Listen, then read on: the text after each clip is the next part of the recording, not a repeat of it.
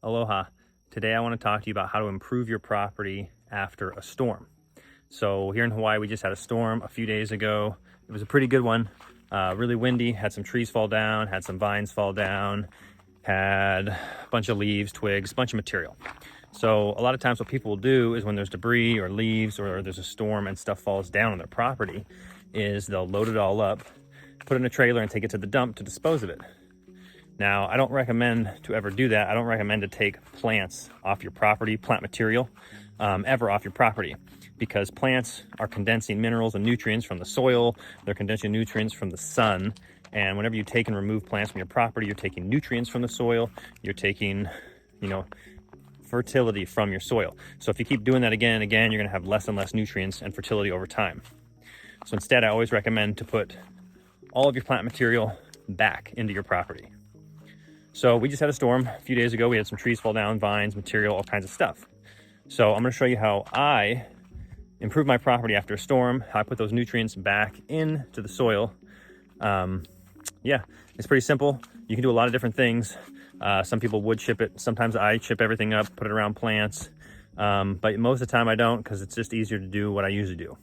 So this is what I do when I have extra stuff that falls down, trees, material, leaves, anything, any kind of plant material. I always collect it and then I do this with it. All right, so the first thing I do is I collect all the logs. You can see here, these are some pretty big logs. These are Ohia logs, really good hardwood. They'll take a long time to break down. So I collect any logs that fall and I place them around fruit trees or plants that I think are important that I want to grow and become bigger and better.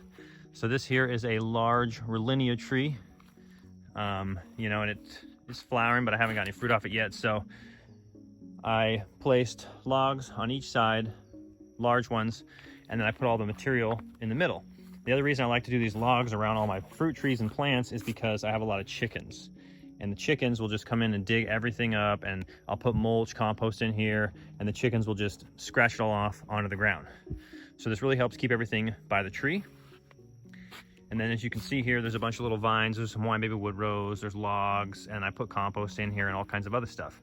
So this is all stuff from the storm we just had. Tons and tons of vine material, leafy stuff, little twigs. It'll all break down over time and feed this Rollinia tree. I also did the same thing here on this starfruit tree. So I made a circle, put logs all the way around it. These are smaller logs, so I can make kind of like a circle. And then you can see all the vine material in here I put in here underneath it. This will also help from the chickens digging out the roots to the starfruit. So these are all Hawaiian baby wood rose vines.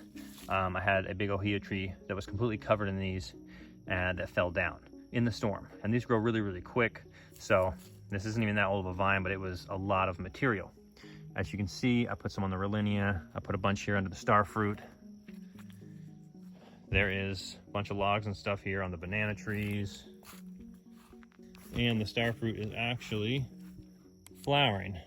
If I could get this thing to work properly. There's some starfruit in there. There's actually quite a few hiding underneath here.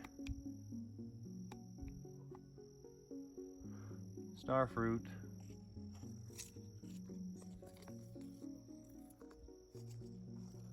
There's quite a few covered over there. All right, the other place I did this was over here on this acerola cherry. So here's another one. This is an acerola cherry tree that's not so happy. I haven't really been taking care of it that well.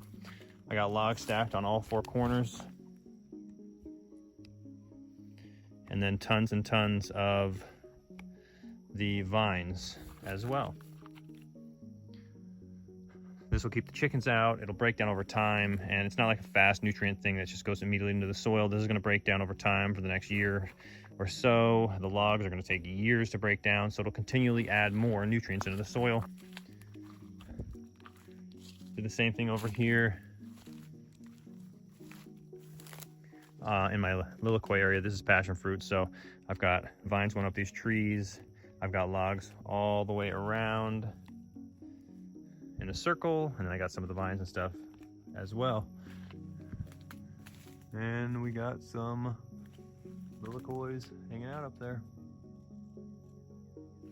Anyways, so that's basically what I do.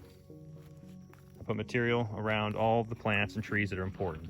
So if you got fruit trees or like taro or, you know, potatoes or something that's really important to you that you're trying to get super healthy and produce more food for you, I would take all that down material and I would put that around there. Put it around your fruit trees, put it around your important plants, and over time it will add more and more fertility back into the soil. Alrighty, thanks for watching. See you guys next time. Aloha.